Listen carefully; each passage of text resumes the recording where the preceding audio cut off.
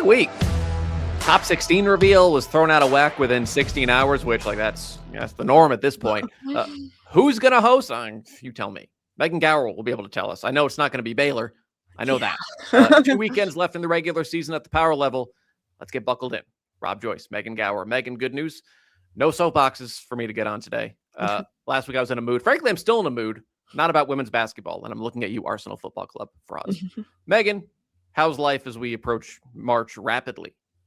It's fine. Work is very busy right now, so we're hanging on. All right, we'll jump right in. I know there was a top 20 game last night in the SEC. I want to start with a different game in the SEC. In a vacuum, Tennessee played its 4th game in 8 days. I get it. They struggled, ultimately lost. What is a quad 2 game? They got beaten enough that it's now a quad 2 loss. Don't lose to Texas A&M at home. Given this is already kind of teetering on a untenable situation. This has the opportunity for Tennessee to get ugly quickly. Yeah, they're not in a great spot right now with that loss. It was the kind of game where if you just won it, no one would probably think anything else about it. But it's just a tough loss to be picking up. Less than 2 weeks from March, and in a team that only has 16 wins right now. I'm not even talking from a resume standpoint. Yeah. We can get to that. It's just you get hammered by UConn, which that's fine. This is Tennessee we're talking about. Right. So don't lose by 30 to UConn. Don't lose by a program record to South Carolina. Don't lose these games and then go public and bash your players, and the fans are kind of turning on Caldwell, and then they lose at home to Texas A&M. Yeah. Forget the resume stuff. The spice level here in Tennessee is dialed up to a level we talked about it maybe a month ago, that things weren't going great. They look rosy. Yeah. Not going well. No, but you bring up a valid question. So Tennessee, they closed the regular season at Oklahoma, at LSU, and home to Vanderbilt. They haven't really shown a discernible reason to think that they're going to win any of those games. Because they have some tiebreakers, the worst they can finish in the SEC is 8-8. Talking last night with our SEC correspondent, Jack Church, I thought they'd fall deeper. He thinks 8-9 seems to be locked in for the most part. If they're 16-12 and they're in the 8-9 game on Thursday in the SEC tournament against Bama or Georgia, is that a must win? It's really hard to say. I feel like we're looking at a situation where I was trying to go back last night, and I was I can't find anything that's comparable to say how someone would handle this, because you're right, 16 wins, not a lot of wins. Tennessee, I feel in a way, is just shooting themselves in the foot that they seem to have played 4 less games than the rest of the country too, for some reason. 16-12 would be 28 games. Yeah. So, that's not helping them, certainly, because if you played a few extra games and you're at 19-12, we're probably having a different conversation, because I would be not worried at all, I don't think. But they also have 5 quad 1 wins on the flip side. So it's I think they dropped to 22 this morning in the net, but top 25 in the net, 5 quad 1 wins. They've played the 4th best strength of schedule in the country. What do you do with that? I don't really know, and I think it's gonna be really interesting to see what Committee does with it. I have a hard time imagining a team with 5 quad 1 wins getting left out of the tournament, but I think they make the case a lot easier if they just win that first game in the SEC tournament, somehow find a way to win one of these next 3. Yes, I'm with you. End of the day, even if they lose their last 3, and that'd be a 6-game losing streak. Mm-hmm. I don't know if it would almost be better off being the 9 seed, because the 9 seed has to play Wednesday, and they would play Arkansas, who does not have an SEC win. Yeah. So if you're the 8 seed, you skip that game. Yeah. Sure, it's Arkansas. That's a quad. It's a neutral site. That's got to be a quad 3, if not a quad 4 game. So it doesn't really bolster the resume. But if nothing else, being 17-12 going into Thursday instead of 16-12, I don't know, maybe the eye test. But also, we saw with Duke, recency matters. Yeah. If you go in losing 6 straight to end the regular season, and then if you go 1 and done in Greenville, I guess we can cross that bridge when we get there. Yeah. This is This is where I'm glad I'm not in the room. Yeah. Yeah, I don't know what you do with it. It's, like, a really hard question. Like, they're certainly playing their way onto the bubble, that's for sure. Like, what side of it do you leave them on? I don't know. And then also on the flip side, like, God, I would hate to be the team that has, like, the 10 seed Tennessee in my region because, like, I have to figure it out. Like, this team is not, like, the 50th best team in the country, I don't think either. Or imagine they have to play the play-in game, so you have a short scout because you got to Yeah. scout for Tennessee and whomever, Mhm. Clemson. Yeah. Yeah. I will say, so I'm calling the 8-9 the first game every day in Greenville for the Mhm. SEC tournament for national radio.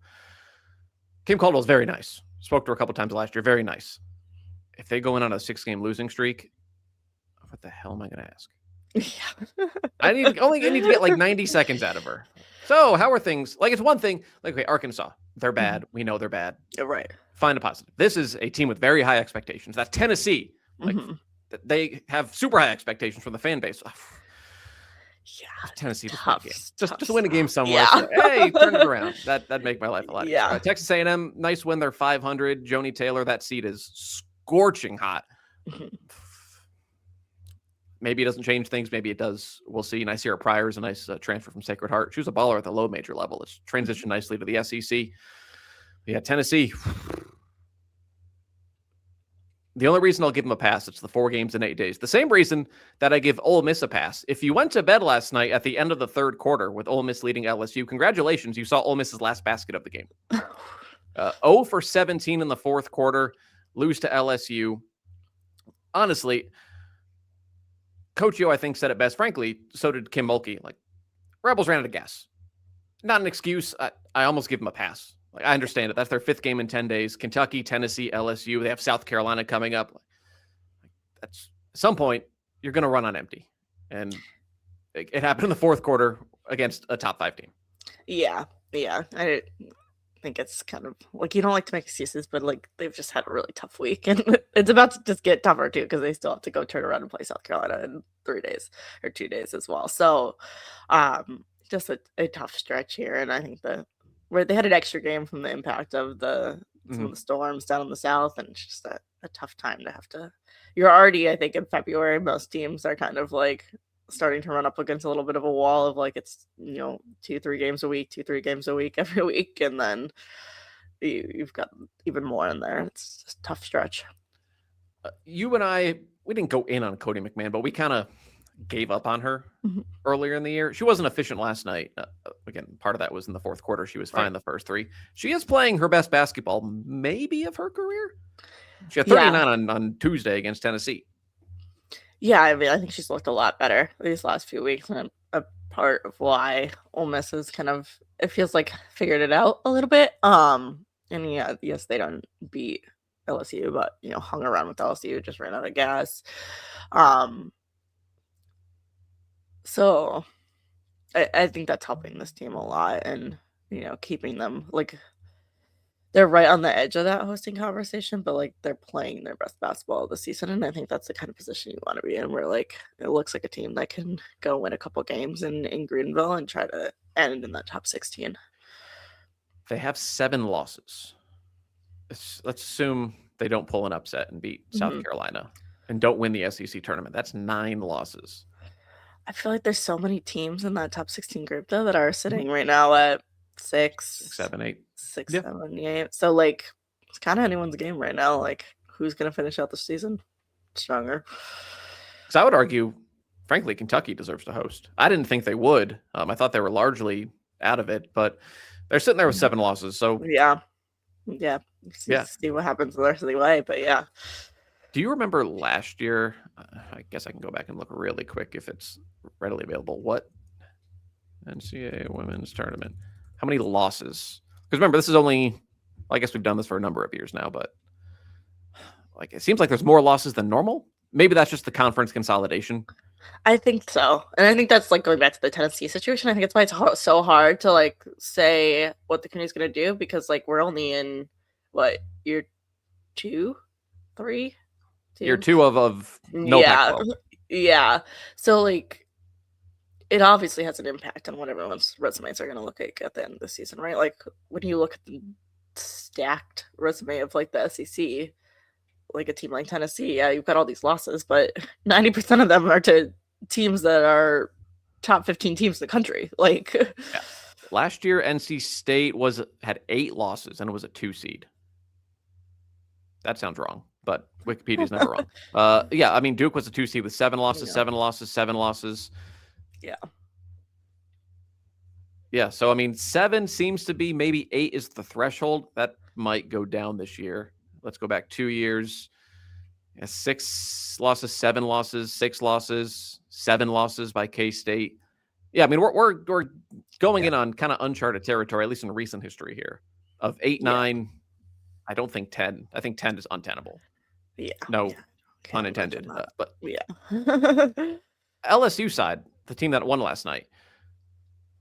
Did you see Kim Mulkey's answer about Michaela Williams not playing in the second half? It wasn't a long answer. I did not know. Coach's decision. End of answer. I feel like I could have guessed that because I feel like sometimes she just is like, no, I don't want to answer this. That was interesting. I know after the South Carolina game, someone asked her about how are you going to get Bella Hines more minutes, because she was the one who went viral, who can guard Tessa and Bella Hines. And she played well. So, Kim afterwards said, we're going to need to get her minutes at someone else's expense. Last night, it might have been at Michaela Williams' expense. I assume it's a 1 game. Yeah. Is your head on straight now, Michaela? Great. We move on and move forward. I think Flau'jae, she's 2 missed free throws away from really changing the narrative of her season. I thought she was amazing against South Carolina. Oh yeah, absolutely. That's not the highlight, obviously. Yeah. And then, frankly, she started out great last night, rolled her ankle. I figured she wasn't going to come back. She came back in the second half and was still really good at 50, 60, not 100%. Yeah. I think Flau'jae was really, really good last week. Yeah, she was at the South Carolina game, especially, I thought. And it's like so unfortunate that like what's going to be remembered about that game is the 2 missed free throws, because like she is the reason they were in a position where like the free throws mattered at the end. It might have been the play that led to the free throws where she like skied and tipped an offensive rebound and then chased the ball down. She just flew all over the floor. And I tweeted like that. Every teaching tape at the youth and high school level should highlight that play. Just willing yourself to keep an offensive possession alive. And then she just didn't get rewarded for it. I guess didn't reward herself for it. I still am very high on LSU. I don't know about you. I know they lost to South Carolina. It's their boogeyman, for lack of a better term. That I still think this is like, if you told me they're better than Texas, I know they split. I kind of hope we get round 3 in Greenville to find out, or round 3 in in the Elite 8 or something like that. Yeah. Well, you can't get it in the Elite 8. It's not allowed. But they have to put the first 4 teams in different regions. Yeah. Fine, be that way. Find the Final Four. I know everyone wants it. But I feel like, I don't know. I feel like you can't break that rule in a world that has units, because like if I'm the SEC and you're putting my like 4 legitimate Final Four contender teams, 2 of them in the same region, I'm gonna be pissed.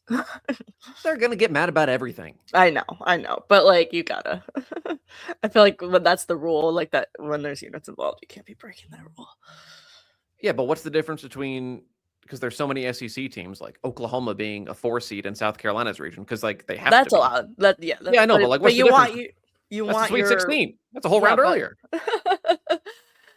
But you want like I think your top 4 teams, right? Like there's a world where like, I mean, South Carolina, Texas, Vandy, LSU, I would say are all like legitimate Final Four contenders, and like you want the best chance that all 4 of them could actually get there. That makes sense. Yeah. My last thought of this game, Coach Yo, Ole Miss's fan support has been like Lane Kiffin didn't like it for football. She asked for fans after Tuesday's game where there were like 3,300 people. She asked for support. She got support last night. Yeah. Over 7,000 people in Oxford. So good job by Ole Miss supporters. Other games from Thursday, couple of SEC games since we're already there. South Carolina looks like a fully operational Death Star. Yeah. I think it's very clear to me that like Texas is probably going to end up being the 4th number 1, but like the first 3 number 1 seeds are locked in place. Locked and loaded. Yeah. And short of one of the teams above them losing, like it's UConn and UCLA. You can argue which one is 1, which one is 2. Frankly, I don't think it matters. South Carolina's kind of locked into 3rd unless they get some help, right? Yeah. But I mean, I guess I brought it up. I see people going, oh, UCLA is number 1. Oh, UConn's overall number 1. It doesn't matter. UCLA is going to host, and they're going to go to Sacramento. And UConn is going to host, and they're going to go to Fort Worth. What the only place where it matters is like the number 1 overall seed is guaranteed to have like the earlier day on the. Yeah, it's only been that way for like 2 years. Yeah. Whatever. I mean, I think it's going to be like. I think what we saw is what it's going to be. Like, I think if the committee was going to move UCLA into the number 1 overall spot because they had double the quad 1 wins, like we would have seen it already. Like, I don't think a few more is going to make a difference at this point. Like, I mean, it'd be a lot more though, wouldn't it? Because at this point, you're talking about running the table plus probably winning the Big Ten tournament. And the Big Ten has a lot of quad 1 teams. So if they have 4 games left and they have to play 3 in the Big Ten tournament, that's 7 games, and I don't know, 5 of them probably quad 1. Yeah, but I feel like if like what were they at, 15 quad 1 wins or whatever? 14. 14. Like, UConn is 8. Yeah, like it was already such a big jump. Like I think if that was going to be the difference, we would have already seen it. Going in against UConn is some of these higher profile games that have not panned out. Like Notre Dame's not a quad 1 win anymore. Who else did they beat up on early on in the year? USC, that's a quad 1 win. Notre Dame might still be as well. But that's teetering. Yeah. So yeah, some of the, like frankly, Tennessee might drop far enough where that becomes a quad 2 if they keep losing. So that's going against UConn. Again, I don't think it matters nearly as much. It really doesn't matter that much. So yeah. What UConn's probably ecstatic about is they're not having to go to the Pacific Northwest for the 4th year in a row. That's what they're set. They will take 1 less day of prep if it means they don't have to fly to Seattle or Portland or Spokane. Yeah. Anyways, South Carolina took care of business against Alabama. They jumped out to a big lead. Bama made a couple of runs, and it's almost like, you know, your little sister, you just kind of hold your head up and like you're swinging at you. It's like, that's cute, but we got this. There was never not in control for the Gamecocks. Looked like it was not going to be a thing for Oklahoma. Jumped out to a big lead on the road at Georgia, and then Georgia made a game of it. Yeah. Georgia keeps impressing me. I understand that they have a ceiling, especially like Carnegie and Woolfolk both have to be flawless to be the upper echelon teams. Last night, Carnegie wasn't flawless. Woolfolk pretty much was, still wasn't quite enough. So I understand they have a ceiling, but man, they hang around with everyone. They hang around, and Coach Abe's always had tough blue collar defenses. Now she has a little bit of skill, and that's a 6 or a 7 seed. That they're just going to pester the heck out of you in the first and second round. Yeah, exactly. Yeah, and if Carnegie makes shots, then that's a team that might beat you on top of pestering you in the first and second rounds. However, Oklahoma's the team that won. Are you surprised the Sooners were 16th? I was a little bit. I would have expected them to be a little bit higher. Yeah, it was a little surprising. I feel like their resume is very similar to all these other SEC teams, but if I'm remembering right, they had like 1 less loss. So yeah, they also have the best win of anyone outside of the top with South Carolina 4. Too. Yeah. I don't know. I'm not sure on that one. I was surprised. Yeah. As for the game, we saw it's a very Oklahoma game.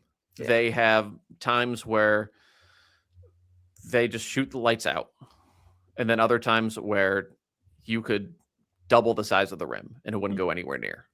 Right. And we saw it in the same quarter. They started the second half 6 of 23 shooting, and Georgia's down 2, and then Oklahoma makes 4 straight shots and they win the game. And I think that's what ultimately stops Oklahoma is they played an A game against South Carolina, and their A game is as good as basically anyone's A game offensively in the country. And they have it 2/3 of the time. And the other third, they're not good enough on defense. And it's almost ungodly bad shooting.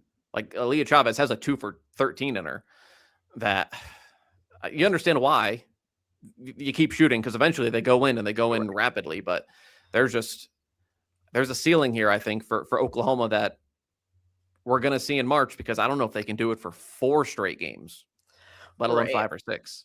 Yeah, as you said, like when the offense isn't working, like their defense is just not good enough to sustain kind of that run that the other team can make if their shots aren't going down when you start getting against the top tier. Like you're a 4 seed, so you're going to see like Oklahoma right now is a 4 seed. Right. You're seeing one of those 1 seeds in your Sweet 16 game. Like, yeah. I mean, we saw it last year. They led UConn at the half and then went a little cold, or at least Verholt stopped making everything in the world, and they lost handily. Yes. So I'm not concerned about Oklahoma, because this is who they are. This isn't new. Last night was just kind of the quintessential. This is Oklahoma. You get some really, really, really good. You get some disappearing quarters, parts of halves. And then, Reagan Beers, it's weird. Now, you saw the game plan last night. Woolfolk was just, and the interior presence, they wanted to take her away. And Beers was a non-factor. She battled foul trouble. She only had, I think, 6 points. I still don't quite get it. I understand last night was the game plan specific, but I'm more concerned, honestly, about the Reagan Beers part of Oklahoma than I am most other things with Oklahoma, because they need her to be really, really good. Yeah. I mean, like when you're looking at this team, like she is your All-American. Like she has to be the focal point of this team for them to be challenging to like make it to Phoenix, right? Like I think that's what you're like. This team's gonna make it to the second weekend, and I'll worry about that. You're gonna run into UCLA or South Carolina or Texas or Vandy. And I mean, you just beat Vandy. So, sorry, I'm thinking Georgia. Yeah. So I mean, you can beat Vanderbilt, but the other 3, they all have bigs. Yeah. And like, I don't know, Reagan Beers just like, she has to be a factor. She cannot be a non-factor. Like you said last night, I mean, obviously it was the game plan, but like you can't have Reagan Beers have a 2 for 5 night from the floor if you're trying to make it to the Elite 8. No, I agree. One other SEC result, we don't really have to talk about it, but Florida over Mississippi State. Mississippi State 18-9, so they should be fairly safe, but bubbly, but fine, I think. Don't lose at home to teams like Florida, who are good, but they're not making the tournament. Other non-SEC games from last night. ACC. You want to go to Virginia Tech? You want to go to Duke? Virginia Tech first. Tough loss.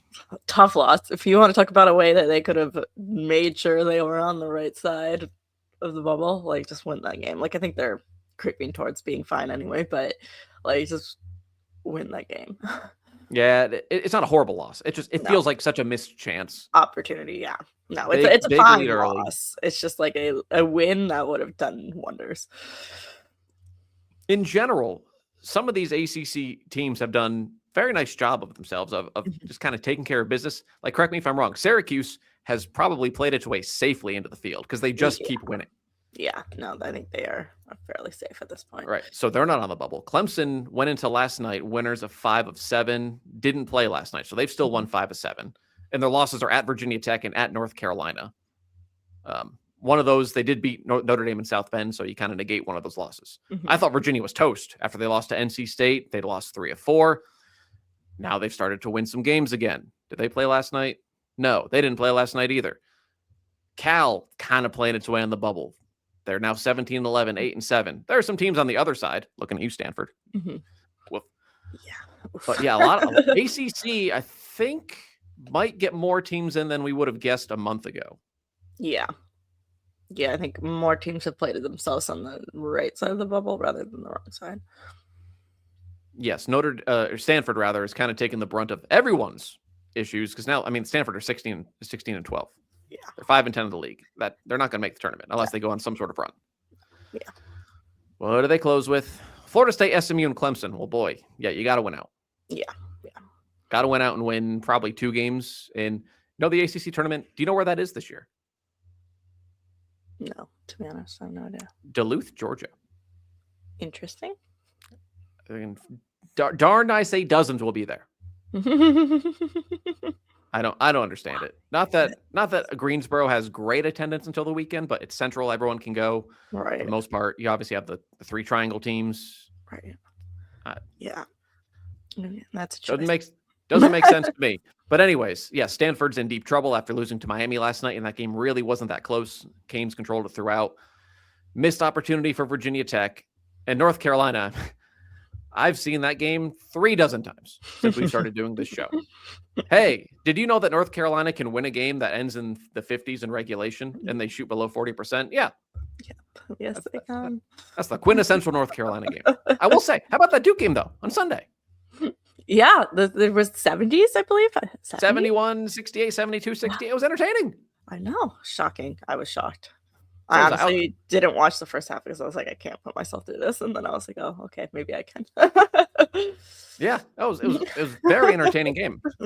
I was so happy. I didn't care who won. I didn't care how it ended. Like it was everything I wanted. They just scored the basketball. Shocking. Yes, a good looking basketball game. So kudos to Duke and UNC. UNC kind of reverted back to form. They got a win. Are they still? They got to be floating around the top 16 picture. I just don't think they have enough quad one wins. They got 2. Yeah, I think everyone else that's up in that group has 4 more. Yeah. You would be. Oh, that's a good point. So yes, they are 19th in the net. Yeah, you are right. Everyone 1 through 18 has at least 4. Yeah. And frankly, West Virginia's below them has 3. USC's below them has 4. Tennessee's below them and has 5. Yeah, okay, you're right. Yeah, I just don't think there's enough. Even like a Texas Tech, which is like the metrics don't love, but like the resume is decent, like has 3. We'll get to Texas Tech in a bit. Yeah. Well, before we get to Wednesday, Duke. First of all, were you surprised that they were 10th? And then I wasn't really surprised that they handled NC State basically from the beginning, and now 17 straight for Duke.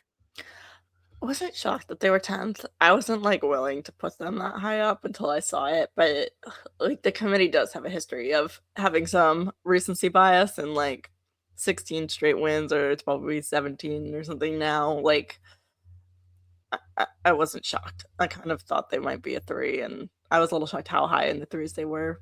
I do think it means though, like a 2 seed is not out of the question for this Duke team.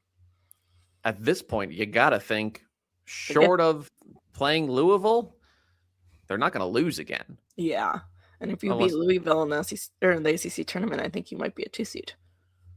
Probably. I think there might. I think when I updated, was it yesterday? I don't even know what day of the week it is anymore. I think they're my top 3 now because of Ohio State. We're gonna get there, but like lost 2 games, so yeah. Toby Fournier has fully made the leap. Mm-hmm. She's quietly, I know we've talked All-Americans last couple of weeks. She's very much on that list, averaging 17 and a half, 8 rebounds, over 50% shooting, 26 and 12 last night. They have 6 averaging at least 9 points. So they have a star and they have balance. Now they were probably balanced last year. They were just missing that consistent star. And don't look now. They can score the ball. They have a go-to player. Their defense is up to 5th in the Hoop Stats efficiency rankings. So this is a Kara Lawson defense that we're accustomed to seeing, and this is the best offense she's ever had. Right.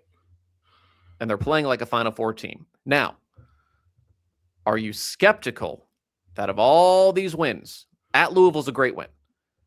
Other than that, the ACC isn't very good. Yeah. Does that worry you at all? I think as we're getting all this Final Four, like preseason type hype.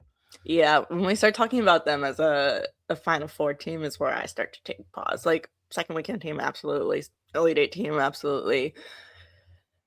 Final Four, like we haven't seen them play anyone at the level of the team that you're going to need to be to make it to a Final Four, other than, Louisville's like consistently been up there, but yeah, like I don't know what does this team look like if you put it against South Carolina. I think this is where history. Well, they should have beaten South Carolina, arguably, in the Elite 8 last year. Yeah. I think this is where history kind of matters, because I could ask the same question of, say, UConn, because they play in the Big East, but it's UConn. They get the benefit of the doubt. Right. Duke has not gotten over that hump. Until they do, you're kind of tempted to just say, I need to see it first. Right. I think that's where I am with Duke. I just need to see it first. I'm not saying they can't play South Carolina again in the Elite 8. I'd be fascinated to see. I think it'd be a heck of a game. I mean, if they win the ACC tournament, like I think that's what's coming for them. Like that's probably where they land. Repeat of last year, win the ACC Yeah. tournament, go in South Carolina's region, meet them in the Elite Eight. That'd be fascinating. NC State, disappointing to say the least, at least compared to preseason expectations. Frankly, I'm wrong a lot on this show, a lot. I was right about NC State. I was not high on them to start the year. Yeah. And that's one rare thing I got right. Zoe Brooks is inefficient, and she kind of has to be because they have no other option. Zam Jones is their only even semi-reliable three-point shooter. They don't get to the free throw line a ton. So they don't shoot the three ball great. They don't get to the line very much. They're a pretty good defensive rebounding team. So they hold teams to one and done. That keeps you in a lot of games. They just don't do enough things well enough.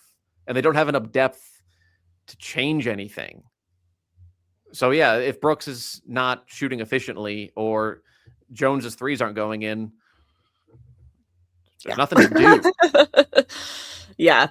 Nothing to change. We talked, I feel like, a lot when we used to talk about NC State more at the beginning of the season about like the lack of depth. And yeah, it's just like if things aren't going right for their like 1A, 1B there, like there's not much they can do. I mean, Pierre had 20 something in 12 like normal. She did it on a billion shots, and Brooks had 20 plus. They had two players score more than 6 points last night. Two. That's not going to win you games. Even if those two combine for 40 something, you're not going to beat Duke like that. Yeah. So yeah, I'm disappointed that NC State wasn't able to do more this year because they're a fine 7, 8 seed that like they won't make it out of the first weekend. I don't see realistically. One other note from Thursday. Speaking of teams that are just meh, Nebraska had a chance to win a game of note. They were up basically the entire game against Oregon and then gave up 28 fourth quarter points and lost by 4. We're done here. Don't give me Nebraska in the tournament. I'm done. I like unless they find a way to win a quad 1 game in the next 2 weeks, they're not making the tournament. Like you can't make a tournament with no quad 1 wins, and when you've had 10 plus opportunities. They are 0-10. Yeah. They've proven they will not win the tournament. Yeah. They're only 3-0 in quad 2. Yeah. They're not loading up on quad 2 wins here. Exactly. They're 10-0. They have 16 wins and 10 of them are against quad 4. Britt Prince is a good player. They're a consistent program. They're just not a tournament team this year. No. They've consistently proven that. All right. That's enough Thursday. Wednesday. We'll start in Big 12. Wowzers. Texas Tech. I thought that loss at Oklahoma State last weekend, considering they were already out of the top 16, was probably the death knell. Then go and beat Baylor by 30-something. Yeah, wild. I do not understand the Big 12. It makes no sense to me. But anyway, I mean, a huge win for Texas Tech. I just feel like I think they're going to have a hard time getting into the top 16 because I don't know what it is, but the metrics do not like them. Like they are so much lower in the net than all these other teams that we're talking about in that top group. And they've got a quad 2, I think, and a quad 3 loss. Like I think that's gonna make it tough for them to climb in there. The quad 3 loss in particular, not really the quad 2 one. That's fine. It's the quad 3 one. Yes, they are 26th in the net. Yeah, I mean they have 3 non-quad 1 losses. I guess so do a lot of teams, but yeah, the quad 3 is really dragging them down because the teams above them, Tennessee, Oregon, NC State, Notre Dame, none of them, USC's above them. Like none of them are even in the conversation to host, not in the same stratosphere. Texas Tech is fighting the paper test, but I mean, they got to pass the eye test. They're 22-4, 24-4. Yeah, I mean, they passed the eye test for sure. It's just yesterday there was a big thing. I filled my timeline of the men's side had media do a mock selection, like as if the season ended today. They're going to go through the process that the seating committee does. I assume there has to be similarities between the men's and women's. Yeah, it's relatively similar. Right. So I saw a couple tweets that like the wins above bubble matters. For Texas Tech's only 23rd in wins above bubble. All right, that doesn't help. So some of these little, like there's like what 14 or 15 different metrics they use. Wins above bubble apparently has taken on more of an emphasis in recent years, which also doesn't favor Texas Tech. So they're basically losing the spreadsheet battle. Yeah. Can they win enough games? It sounds stupid. Can you win enough games to overcome the spreadsheet? I mean, go win the Big 12 tournament. Sure. Then I think we have to talk, like, if you win the Big 12 tournament. Well, they also just beat a team that everyone seems to think is a top 20 team by 30. Yeah. Yeah. I mean, Baylor. Yeah, they have an uphill battle, but like if you win the Big 12 tournament, like I feel like it would be kind of crazy to keep them out just because they don't have the metrics. If any of those top 4 teams in the Big 12, like TCU is fairly locked in. If any of the 4 teams separated by a game wins the Big 12 tournament, I'd argue they should probably host. Yeah.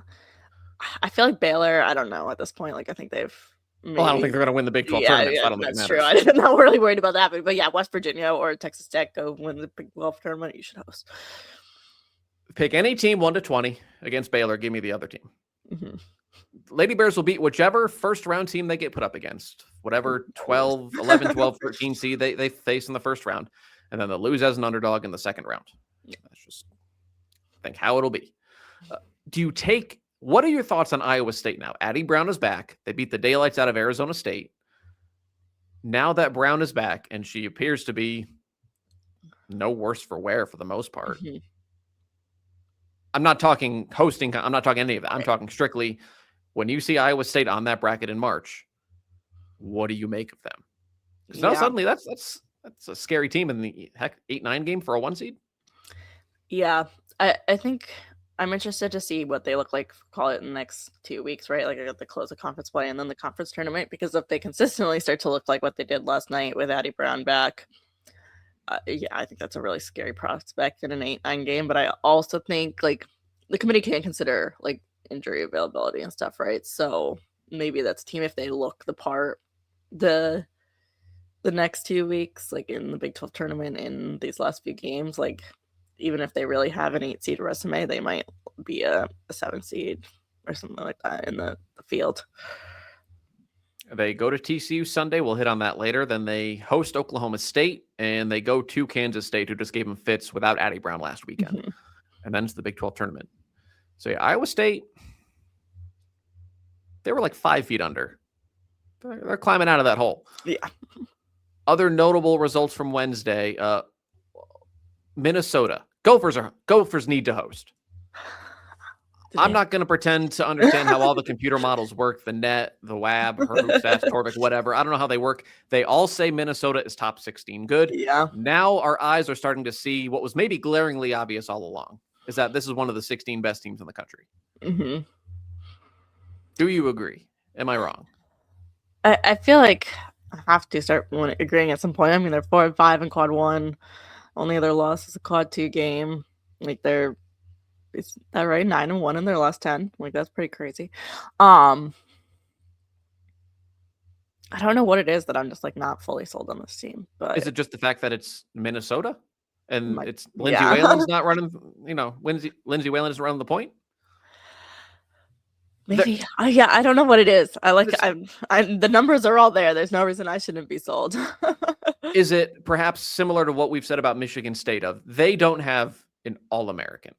Yeah. Now, that might be part of it. I to mean, make Moore up Brown for that, is like pretty darn good though. Like I don't know. Oh, so is Grace Grachalski. Yeah. Either one can be the best player on the floor. They have 5 players who average in double figures. You have a Sophie Hart who can go off for 18 and 10 on Ohio State like she did the other night. They haven't lost since January 18th. There's not a single thing they do poorly. Outside of taking care of the basketball, they're not elite at anything.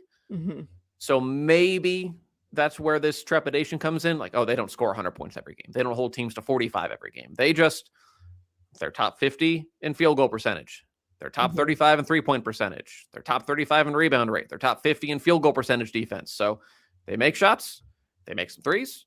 They rebound the basketball. They take care of the basketball. And they do a pretty good job at stopping you. Yeah. The basics work. You're not wrong. Yeah. Yeah. So I think at some point, and recency, if recent play matters, yeah, they've won 9 straight. including at Oregon, at Iowa, and home to Ohio State. Who has a better resume in that 13 to 25 range than that? Yeah. And recency. Yeah. Since blowing that, they should have beat Maryland in double overtime in early December. Since then, they're 15-3, and they lost at Michigan, at home to UCLA, and at Washington. None of those are bad losses. No. So, yeah, they had a couple of, like, they lost to, I think, Kansas in, like, November. Clearly, the committee should reward, if they're going to reward Duke for losing nothing for basically not losing since December, Minnesota should probably get the same treatment because they've looked arguably just as good. Yeah, that's fair. I think they probably, barring like some kind of collapse down the stretch here, like end up in that hosting group as long as they win a game or two in the Big Ten tournament. Ohio State's getting going through the Big Ten a little bit right now. Like they're hitting that Big Ten bump where, I mean, they should have beat Maryland, frankly. Yeah. But you have an off night in the Big Ten, and you're playing Nebraska and Washington and Oregon and Maryland and Minnesota in consecutive order. You're gonna get got. Yeah. Are they still? They were what, a 2 seed? Yeah. Or no, they were the top 3. They're still hosting. I think I dropped them to a 4, but they're still hosting. Now, USC hosts Michigan at Michigan State. Let's not go into the Big Ten tournament with a 5-game losing streak, or like losing 4 or 5. Let's try to get one of these wins, and you'll be fine. They're fine. I'm not panicking on Ohio State yet. Minnesota's very good. Maryland's good, even though you should have won that game. Not panicking yet. Yeah. Game was on Big Ten Plus. Usually there's students on the call. I'll just say the Big Ten deserves more. That these games are not. They're hard to easy. Watch. They're hard to watch. Very hard, expensive to watch. They're expensive to watch, and then frankly, they're not putting the care into it. I'm not saying I was a student broadcaster. Give them opportunities. If people are paying $90 a year or whatever it is to watch these teams, the production value needs to be good. So just put them on actual television, please. Oh yeah, put them on actual TV. That's fine. I mean, they moved the Vandy, Kentucky. They moved that game Sunday, so yes, you can flex games. Yeah. It's possible. Or TV like they owns all these things anyways. Peacock deal, right? Like, because some of the UConn stuff is on Peacock, and Big Ten has Fox too. Some of their stuff is Peacock. Like, it seems like it should be pretty straightforward to get more games on Peacock. Like, I mean, at least that's just a resource thing, because then NBC Peacock has to devote that's fair broadcasters and cameras and et cetera, where Big Ten Plus, it's mostly in-house. Yeah. So I was hosting, Iowa runs the production. That's the ones I saw complaints about last night. Or where was I? Purdue last night. Yeah. Saw complaints about it. Just Mountain West games are free. I'm just saying, on mountainwest.com or whatever. If Mountain West can do it, the Big Ten, which has more money than anyone else out of the SEC, although everyone's poor. We have no money. We need to pay. We need to charge $90 a year to have bad broadcasts. Yeah. Only on women's games, though. Men's games you can watch wherever. Yeah. Penn State Rutgers men's game, big game. We need to put that on Big Ten Network. Yes, everyone wants to watch that. All right, I got sidetracked because honestly, maybe the biggest takeaway from Wednesday, at least for this podcast, our friends at the Atlantic 10 took an absolute blowtorch to itself. Yeah. To its multi-bid hopes. Absolute just set up a bunch of dynamite, lit a fuse, and didn't even walk away. Let it explode in their face. 2 quad 4 losses? Not great at all. Richmond at George Washington, Rhode Island at LaSalle. L's. So the Spiders now this was before yesterday, they dropped from 39th, now they're 41st in the net. URI is now 46th, and they have 2 quad 4 losses. Yeah. I don't care. That the only team in the quad era, at least Warren Nolan has this information. He has the women's data going back to 2021. The only team with 2 quad 4 losses to make it as an at-large was Richmond last year. And Richmond last year had 2 quad 1 wins and was 5-1 in quad 2. Yeah. Rhode Island doesn't have that. Richmond was like an 8 seed last year, even higher than that, right? They were in the 8-9 game. 8-9, okay. Yeah, but they had 7 quad 1, quad 2 wins. Yeah, that's fair. This year's Richmond team is 0-2 and has 2 quad 2 wins. And Rhode Island beat NC State. They have a couple of quad 2 wins. That 2 in the loss column in Q4, you can't have it. Yeah. I mean, frankly, Only 3 teams have a single quad 1 loss and made it as an at-large. Tennessee and Oklahoma State did it last year. Oklahoma State did it in 2021. Like quad 4 losses are devastating. Yeah. Devastating. Yeah. Especially if you're in the mid-major level and do not have opportunities to make up for it. Yeah. So you're likely looking at the winner of the A-10 tournament is your representative, and that's it. Yeah. Unfortunate. Also, Princeton lost a quad 1 win that it technically gained last week, and then Rhode Island dropped back outside the top 45. So tough. Meanwhile, I know you were locked in Wednesday in Philadelphia. Are you concerned about UConn at all? Because they did not look good against Marquette, and they did not look good for 25 minutes against Villanova. Yeah, they didn't look good. I don't know if it's just like the reputation of UConn, but like I'm not all that worried. I mean, I think it's not great to have these types of games, but I think it's maybe natural to have a couple games where you just take your foot off the gas when you've been beating everyone by 40 points night in and night out in the league. And like they just got to get out of that rut. But like you saw, I mean, Villanova, right? Good team, like comfortably in the tournament at this point. And like it doesn't matter that they're down at the half; they still can win the game by double figures. I'm just turning it on. So I think like UConn needs to shake out of this, but I'm not overly concerned. They're not like Sarah Strong's sick; like they'll figure it out. I mean, Sarah Strong didn't play in the third quarter because she picked up 2 stupid fouls in approximately 8 seconds of game time, and then finished like 19, 10, 5 steals, 3 blocks. Yeah, she's good at basketball. I'm going back to last year really quick. Is this there? I know it's very different between beating Villanova and losing to Tennessee, but they lost to Tennessee at February 6th, and that was like the turning point. Yeah. Could this potentially be, again, there are a couple of wins, but they played poorly. Is this potentially a turning point where they get that kick in the pants and perhaps find that level that we're used to seeing? Yeah, it very well could be. Like, I think we've seen Gino not really get too angry about anything most of the season, but like maybe this is the turning point where he kind of kicks it in a little bit and like it's like time to lock in, right? Because you're now a week and a half from March and things get real very quickly. 2002 Gino would have gone just absolutely ballistic. Yes, that's the polite word for it. Yes, now in his old age, he takes. I'm sure the locker room. It seems to be the halftime talks are not very fun. Yeah, but yes, in public, it's much more calm. I will say, we talk a lot about Sarah Strong, fully deserving of talking about. Azzi Fudd is very quietly just the calm, consistent presence all year. All year. She's been basically the same player in a very good way. Yeah, exactly. Like she's consistent. She always is able to find a way to make things happen on the offensive end, even when things are struggling. Like you can count on her to go get buckets and like to get the team out of whatever situation they're in. So obviously there's a lot of reasons why Sarah Strong grabs the headlines and very deservingly so, but like Azzi Fudd is so good too. And like the fact that they have the two of them out there is like I think what separates UConn in a lot of ways as like being an elite team this year.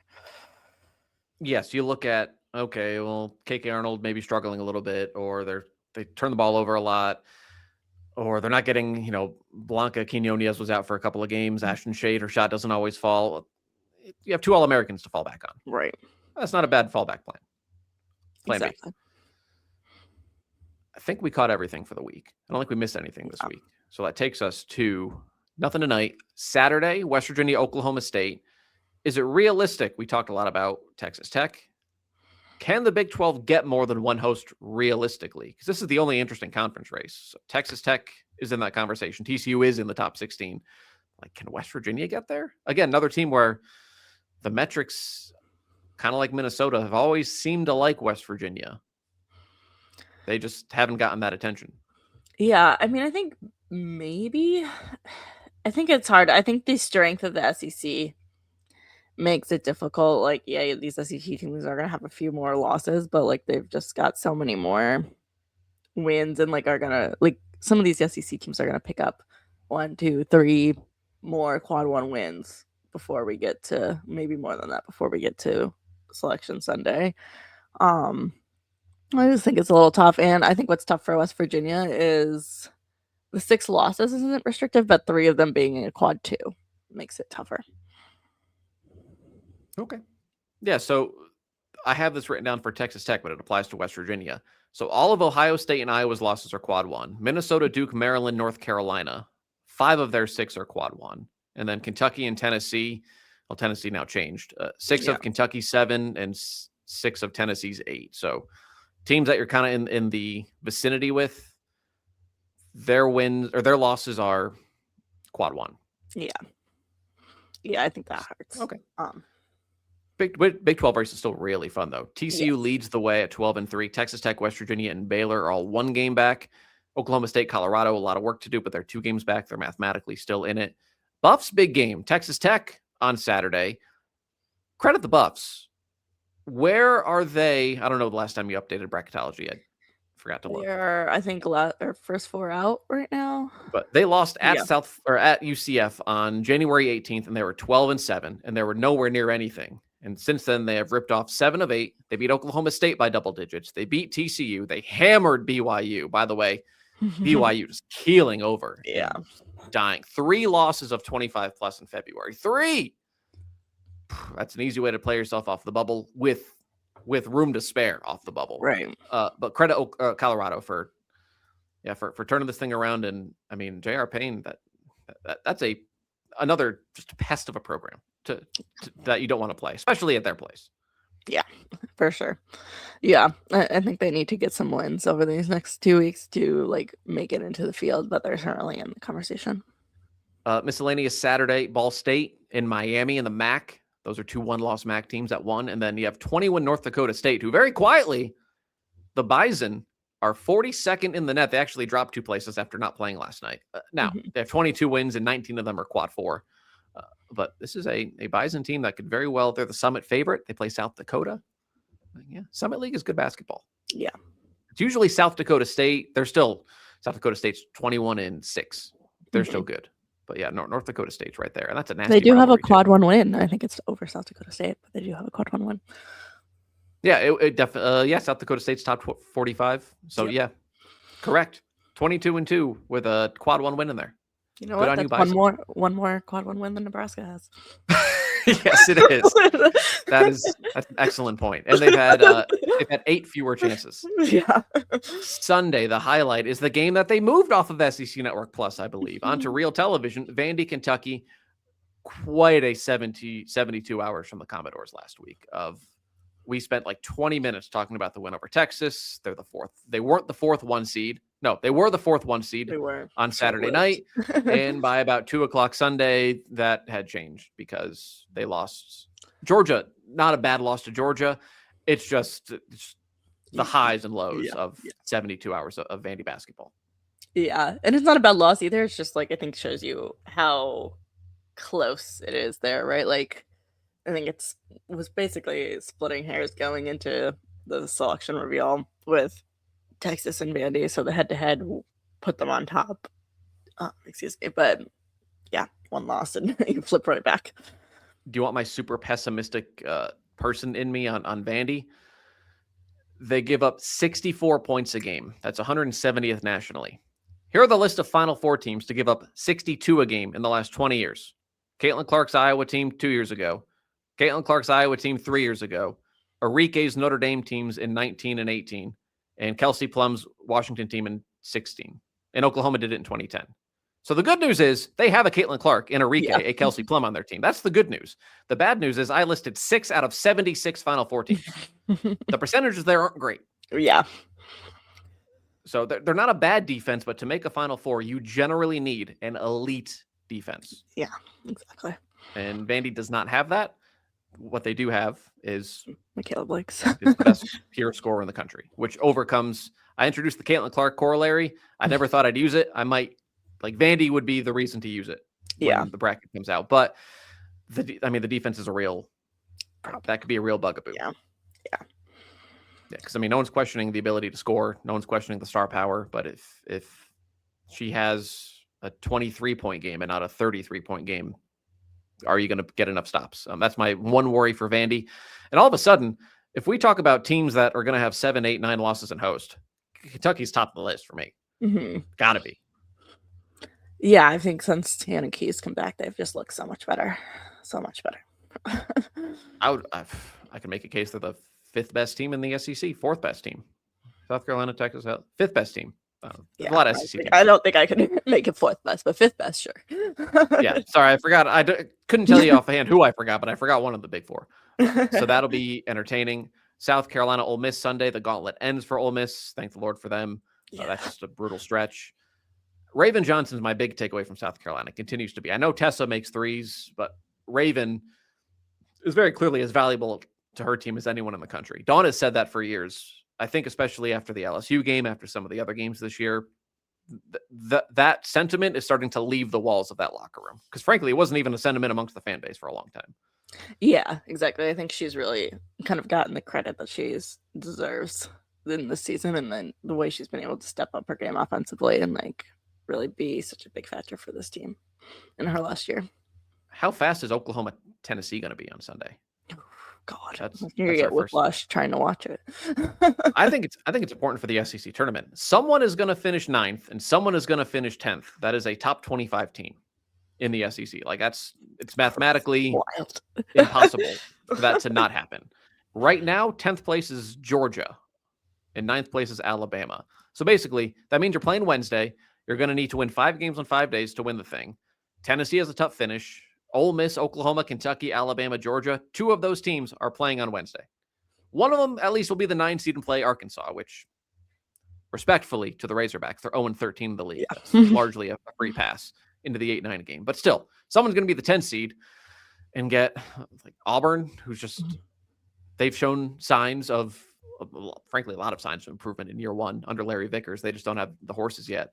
Yeah, someone's going to play Wednesday. And they're going to be mad because it seems like the SEC coaches largely don't like playing in the SEC. I understand it. Like it's tough. Yeah. This is also the first year, well, I guess second year. Like 2 years ago, SEC wasn't very good. Right. It was South Carolina who won the whole thing and went undefeated. LSU finished with 6 losses. They were still very good. They were Elite 8 team, Elite 8. No one else finished the year ranked. Right. And then to Oklahoma, Texas come in, you gain 2 very good teams. And then this year, just everyone has seemed to find another gear at the right time. But yeah, it's a bit much sometimes of these coaches, almost like they don't like playing in the league. Yeah. I don't know. Like I don't know. Like it should make you better for March, right? To like have so many of these tough games. Like you know what your team is going to do when you get to March. And you're gonna have like Ole Miss ran out of gas. Yeah. Texas, frankly, may not have factored in enough last week when they got blown out by Vanderbilt. Like they are on the back end of just a gauntlet. Yeah, you're gonna have a stinker occasionally. UConn stinkers just happen to be against Marquette, and they're able to get away with it, and they load up in the non-conference. SEC, sure, you can get away with it against Arkansas or maybe Auburn, but if you're playing Oklahoma, LSU, Kentucky, and Vandy consecutively, you can't afford it. Like you're going to lose one of those games from time to time. Yeah. I think it's what makes, like, not to keep coming back to Tennessee, but like the Tennessee question so interesting too, is like you have 10 teams in this league that are top 25 teams, right? Like, so yeah, you have a bunch of losses, but like you also have a bunch of good wins. Like, what do you do with it? I don't know. And I mean, I saw this came up again this week of Coach O was asked about it. And then basically she felt a quote online was taken out of context of they want to get rid of conference tournaments. Kim Mulkey has openly said she wants to get rid of conference tournaments. Coach O used the word penalized, and this isn't a criticism. I'm like, I would generally want to ask her, what does she mean by teams get penalized for losing in the SEC tournament? Because I haven't seen it. I've seen teams rewarded. Right. Kentucky went from a bubble team to the 6th seed because they won the thing in 22. Arkansas was like nowhere near the bubble in 2019. They made a run to the championship game. They were like the 1st or 2nd team out. A couple of bubble teams have missed out for going one and done. Missouri in 22 lost in double overtime in the 2nd round. They were the 2nd team out of the field. Mississippi State, same thing a couple of years ago. But like, if you're counting on an 8-9 game to get you into the tournament, you haven't done enough in the first 31 games. Right. So I'm not trying to criticize. I would generally want to ask her if I had 10 free minutes with her. Like, what do you how do you think SEC teams are penalized for playing in the SEC tournament? And maybe it's just the wear and tear. Yeah, I've thought about that way too much this week since I saw it. Yeah, I mean, you have the wear and tear, but then you have, like, with the way the women's schedule is, like, you've got like 10 days off before you play in the tournament. Yeah, that was kind of what I was thinking too. Of like, it doesn't sound fun to play Texas in the semis and then South Carolina if you beat Texas in the championship game, but you get 12 days to recover. Right. So, I was curious, food for thought. That again ate up way too much of my time this week. Iowa, Michigan Sunday. Does Michigan need to prove it at some point against a top 16 caliber team? Like win? Yeah, I kind of think so. Like, they swept Michigan State. I don't want to denigrate those wins at all. Right. But is that enough, just sweeping Michigan State, but then losing to UConn and Washington and Vandy and UCLA? That's 3 of the top 5 teams in the country, and they're close losses. And then a tournament team where you're 2,000 miles from home. Like, at some point, win one of these games. Yeah. To prove that you can win an Elite Eight, a Final Four, and a national championship game consecutively. We will find out. Michigan State, they won. Iowa, Ohio State, Maryland to close. Yeah. So we'll learn. So three big tests there. So yeah, we'll find out. Ohio State, USC, we mentioned it could be danger time for the Buckeyes. Don't let things slide. Minnesota, Michigan State could be big for hosting purposes. This actually could be kind of a game that, like, one of these is in and one of these is out of the top 16. There's such a cluster, right? That if Maryland was 13th, so I'll throw Maryland in there. 13th and onwards, like, you don't feel safe, even if you're Maryland and you're 13th, right? Yeah. Yeah, I don't think so. I think there's a lot to be played and a lot that can happen between what happens in this next week and then what happens in the Big Ten tournament, especially because, like, conference tournaments move things more than your standard game. TCU, Iowa State Sunday. Are you interested in Audie Crooks versus this TCU defense? Because I sure as heck am.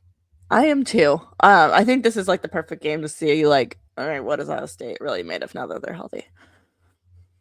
Virginia, Louisville, Clemson, Duke, a couple of ACC bubble teams that have done themselves a lot of good. That's on Sunday. Monday, Baylor, K-State. That lost a lot of oomph for me because I thought Baylor couldn't be that far away from the top 16. But they were 22-5 with 4 quad ones going into Wednesday, and then you lost by 30. Yeah, which, don't do that. That pretty much puts you out. Right, to anyone. Like, Texas Tech's obviously a very good team, but any 30-point loss is 30. Yeah. eye-popping, unless it's against UConn, South Carolina, or UCLA. Right. Wednesday, Ohio State, Michigan, and then Thursday is the last Thursday of the regular season. LSU, Tennessee, Vandy, Alabama, Georgia, Texas. Those are 3 games that could be interesting. They could also be, if the team that is favored takes care of business, not overly interesting. And not blowout variety, just if all of those teams win by 15-20. Yeah, sure. We'll see. I don't know. I'm tired already thinking about March. Yeah. It's exciting, though. I don't know. It is exciting, but I can't believe it's so close already. I'm tired thinking about the fact that I need to go into, like, daily bracket update mode in like a week.